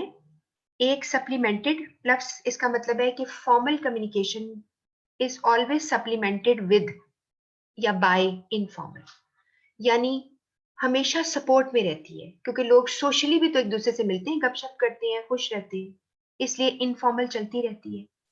दूसरा यहाँ पे सिस्टम जब स्लो हो आपका, या सिस्टम ब्यूरोक्रेटिक, ब्यूरोक्रेटिक का मतलब ब्यूरोक्रेसी, जिस तरह आपकी गवर्नमेंट में होता है कि एक थ्रू प्रॉपर चैनल आप बात करते हैं, एक ऑफिसर दूसरे को करता है, कोई इधर उधर से खबर नहीं आती, तो उस वक्त लोग इधर उधर की दोस्तों के साथ बातें करने में, जबकि प्रॉपर चैनल खबर नहीं आ रही, उस पर रिलाई करना शुरू कर देते हैं। सिस्टम स्लो है, बहुत स्ट्रिक्ट है, ब्यूरोक्रेटिक है। और फिर तीसरा है ऑटोक्रेटिक। ऑटोक्रेटिक क्या होता है? जिसमें कि हुक्मरान जाबिर होता है, जो डेमोक्रेसी का ऑपोजिट है। ठीक है, डेमोक्रेटिक नहीं होता, ऑटोक्रेटिक होता है। तो उस वक्त सबसे ज्यादा ग्रेप वाइन इनफॉर्मल कम्युनिकेशन फैलती है। अगली पैराग्राफ में एक लाइन आपको नजर आ रही है highlighted, has no control over it. Management control नहीं रखती इसके ऊपर, क्योंकि उसकी जिम्मेदारियों में नहीं है ये कि वो लोगों को गप्पे लगाने से मना करे। या मतलब ये ठीक है कि वर्किंग आवर्स में लोग बात करें, उसको रोकेंगे, लेकिन आप टेक्स्ट कर रहे हैं, आप घर चले गए हैं, आप कैसे रोक सकते हैं? इसके बाद एक और प्रॉब्लम आती है ग्रेप वाइन में, एक चैलेंज है। यहाँ पे लिखा है टोटली इग्नोरेंट। इसका मतलब है कि बाजू का ऐसा होता है कि सारे जो लोग हैं ना, उनको खबर नहीं पहुंच पाती, क्योंकि ऑफिशियल नहीं ना होती। तो कुछ लोग बेचारे इग्नोरेंट रह जाते हैं, और वो फिर मसला भी कर सकते हैं जब उन्हें पता ही नहीं होता कि ये तो फैसला हो चुका है। और या फिर वो बेचारे कंट्रीब्यूट नहीं कर सकते। ठीक है, ये बात होती है। इसके बाद एक और पॉइंट लिखा है इनफॉर्मल कम्युनिकेशन मैलिशियस। मैलिस कहते हैं गंदगी को। मैलिशियस यानी बुरी होती है, full of problem and error होती है, इनएक्यूरेट होती है, एंड स्पेक्युलेटिव होती है। स्पेक्युलेटिव का मतलब क्या होता है? यानी जो इनफॉर्मल तरीका है ग्रेप वाइन, स्पेक्युलेटिव होती है, इसका मतलब है कि वो गेस बेस पर होती है, फैक्ट्स बेस पर नहीं होती। आप गेस करते हो सिर्फ चीजों को। ठीक है, सिर्फ एक सोच लेते हैं कैसा है, अंदाजे लगा लेते हो, शक करते हो, ये चीज होती है। इसके बाद यहाँ पर है, अगर यहाँ पे ये लिखा है कि एक्यूरेट हो इंफॉर्मेशन, तो वो लोगों के पास अच्छे टाइम पर पहुंच जाती है। बाजू का ये भी होता है कि लोग इसे यूज कर लेते हैं अच्छे तरीके के लिए। और इसके बाद ये भी है कि most efficient formal communication system, informal system हमेशा एग्जिस्ट करता है। कि आप अगर जितना मर्जी फॉर्मल सिस्टम अच्छा बना ले, आप इनफॉर्मल को नहीं रोक सकते, क्योंकि लोग ऑफिशियल कैपेसिटी में हर वक्त नहीं मिलते। ये ऑफिशियल कैपेसिटी वर्ड मिला ना आपको, वो आपको नहीं मिलते। ये पॉइंट है आपके पास। और ये लास्ट आपका पॉइंट आ जाता है नेटवर्क ऑफ मिडल मैनेजर्स। एक आपको याद होगा, हमने नेटवर्क आपको पढ़ाए थे क्या, जिसमें आपने देखा था कि जो जो आपने यानी डिफरेंट डिजाइन आपने देखे थे ना, स्टार पैटर्न हो गया, या आपने देखा था चेन नेटवर्क, आपने वाई नेटवर्क, सारा आपको मैंने पढ़ा दिया, रिवाइज भी करा दिया। तो एक नेटवर्क मैंने आपको बताया था मिडल मैनेजर्स का होता है। इसका मतलब ये होता है कि मिडल मैनेजर्स जो हैं, वो एक दूसरे के साथ लिंक करके, जिसे कहते हैं ना सिंक्रोनाइज करना, एक लफ्ज होता है ना सिंक्रोनाइज करना, सिंक करना। जैसे कहते हैं ना सिंक कर रहा होता है, आपने डेटा अपडेट किया, वो सिंक कर रहा होता है। तो इसी तरह आप क्या करते हैं, तमाम जो मैनेजर हैं वो एक दूसरे के साथ चलकर काम करते हैं। मिसाल के मैंने आपको मिसाल तब भी दी थी कि अगर मार्केटिंग नहीं होगी तो ऑर्डर नहीं आएंगे, सेल नहीं होगी। अगर प्रोडक्शन नहीं होगी तो सेल कैसे होगी? तो सेल, प्रोडक्शन, मार्केटिंग। अब प्रोडक्शन कैसे होती है?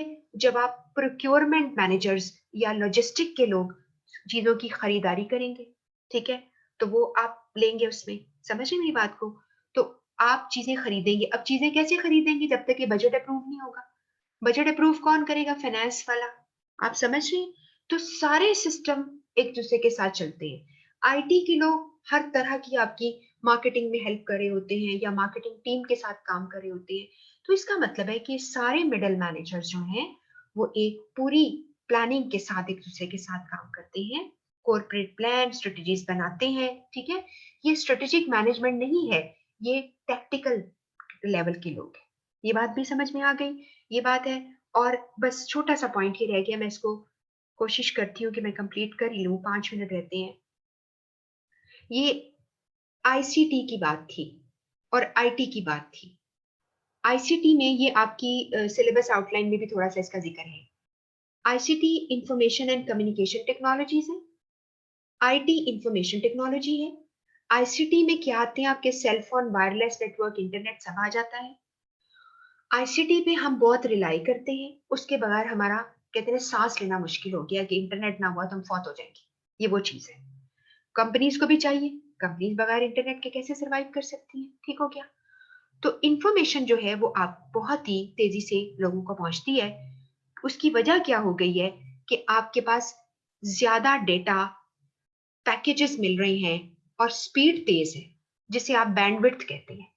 आपके पास ट्रांसफर रेट, डेटा का ट्रांसफर रेट बहुत ज्यादा है और इसे बैंडविड्थ कहते हैं। आपकी बैंडविड्थ इंक्रीज्ड है और आपको अच्छे पैकेजेस मिल जाते हैं और सारी कंपनीज इसको यूटिलाइज कर रही हैं। इसके अलावा आपकी टेक्नोलॉजी बहुत रिफाइंड हो गई है और पता क्या हो गया, एक टेक्नोलॉजी में इतनी सोफिस्टिकेशन आ गई है, सोफिस्टिकेशन से मुराद है एडवांसमेंट आ गई है कि हर तरह के छोटे छोटे जो हैं काम आप टेक्नोलॉजी के थ्रू कर लेते हैं। अब देखिए ना, ये सोफिस्टिकेशन आ गई है, आप घर बैठे होते हैं, आप ऑर्डर करते हैं, चीजें आपके घर आ जाती है ना, ये भी सोफिस्टिकेशन ही है। ठीक है, आपको कहीं जाना नहीं पड़ता, बहुत सारी आपके जो है सहूलतें आपको हो गई हैं बहुत ज्यादा। तो इस तरह आपकी टेक्नोलॉजी एडवांस हो गई है और बहुत सारे आपके एप्स हैं जो आपको हेल्प करते हैं, आप डाउनलोड वरना कर लेते हो और आपको हेल्प करते रहते हैं। इसके अलावा नए बिजनेस के तरीके आ गए हैं। मिसाल के तौर पर आपने कॉल सेंटर बना लिए, दूसरे ऑफशोर यानी दूसरे मुल्कों में ऑफशोर हेल्प डेस्क का मतलब है आपने अपनी सर्विसेज दे रहे हैं आप उनको, लेकिन आप किसी और मुल्क में बैठे हैं। क्यों बैठे हैं वहां पे? क्योंकि आपकी जो कंपनी, बेस कंपनी है, वो बहुत ही ज्यादा महंगे मुल्क में है, जिसकी करेंसी का बहुत रिटर्न जो रेट है, एक्सचेंज रेट है। अमेरिका वाले लोग पागल हैं कि वो अपने लोकल लोगों को इतने पैसे दें, वो गरीबों को कॉल सेंटर में डालते हैं, जो पाकिस्तान, इंडिया, श्रीलंका, बांग्लादेश के लोगों को, और पैसे देते हैं उनको। तो इस तरह आपको टेक्नोलॉजी की वजह से, ये जो आईसीटी की वजह से आपके पास फोन है, इंटरनेट है, आप लोगों के साथ कनेक्टेड रहते हो।